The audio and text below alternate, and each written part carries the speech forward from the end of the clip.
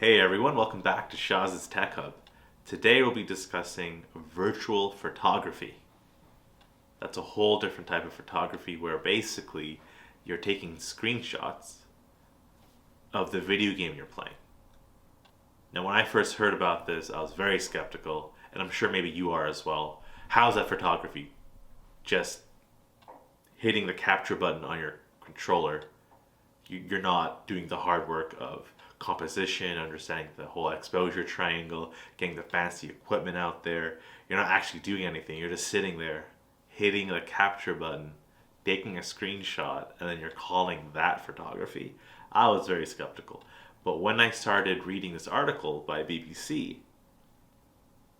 started understanding their point of view, where they're coming from, and their stories. Well, I don't know. I think virtual photography is a real thing. No pun intended. So let's just get into it. Let's check out this article and we will discuss. Thanks to the hyper-realism of modern video games, which now boast thousands of individual facial animations and random environmental events that play out significantly different each time you dive in, gaming worlds have evolved to become genuinely spontaneous, lifelike landscapes that photographers can comb to create images with their own arguably artistic value.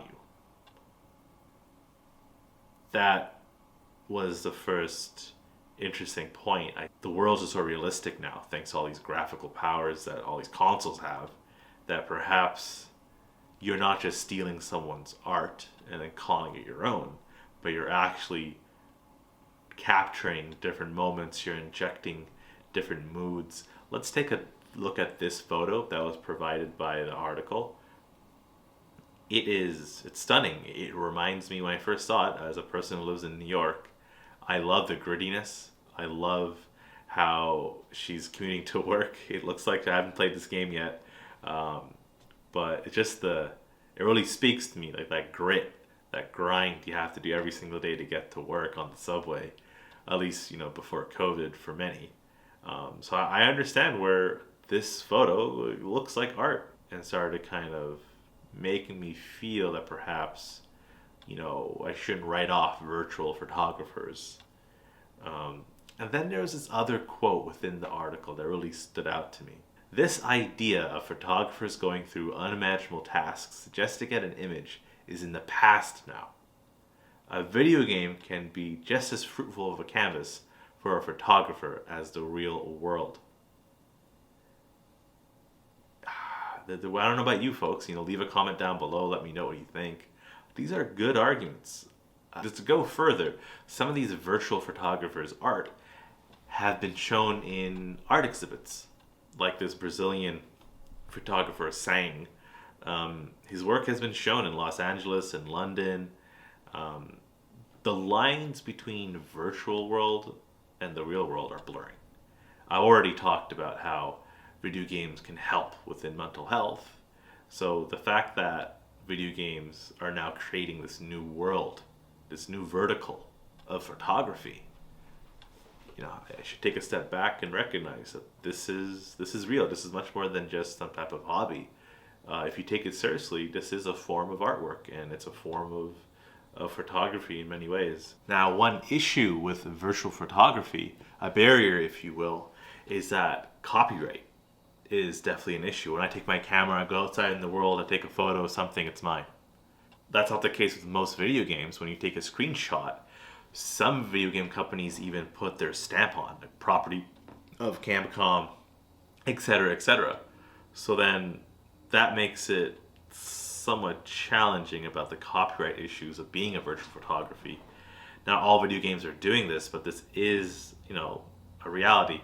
Now, some argue that, like this article does as well, spiritually speaking, when you buy the video game, expansive worlds, it's now public property, everyone can explore it. How you interpret the world is the art that you're creating, thus it's yours. But realistically speaking, I would even argue no one even owns video games these days. That's another topic for another video, but I don't agree with that. I think The developer made the game. It's his or her game. They own it. It's their copy. So that's just one issue that they'll have to kind of tackle with going forward if they want to legitimize this, is how do you get the copyright issue sorted out? I mean, and this is not just me saying it, even another, in the article mentions someone that works for EA taking photos within games for marketing and for creating different marketing campaigns and things like that. Even he says that he would rather be called a storyteller than a virtual photographer, because he believes the work and the art belongs to the developers and whoever created or coded the game. So even within the community, there's a bit of a debate going back and forth of, is this actual art if you can never own it? So I get the challenge here. However, I'll finish on this last point. People used to say that digital photography wasn't real art. That the camera I'm using right now, this Fujifilm X-S10, isn't real art. The argument, back in my day, I had to get the film in there and put the thing over my head, and there was no fancy IBIS controlling the shaking. Then I was had to go to my home, not to print out the things, go to the red room, and then do out the film, and that's real art. Obviously, that argument's out the window. That's ridiculous.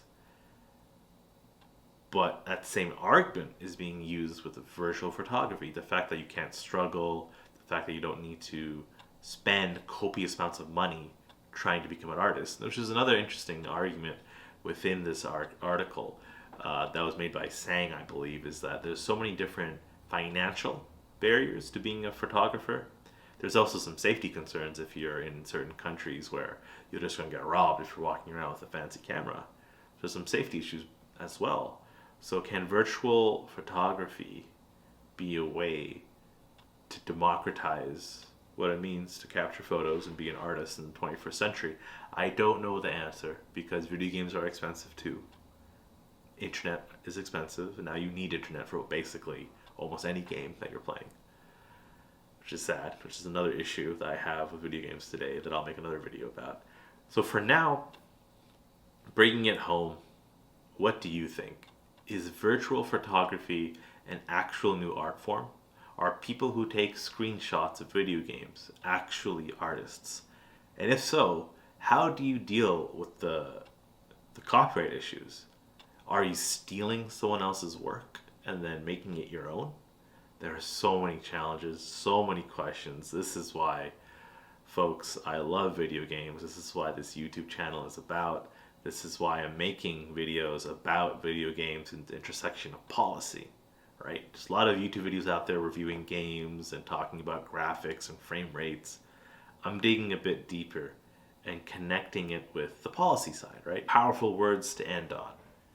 What do you folks think? Hit that like button, hit subscribe, comment down below. I have learned a lot during this video, during this article, just discussing it through you. Art is fascinating, so don't be shy. Take that screenshot. I think you're a virtual photographer. Get out there and show your own perspective on what the world is about.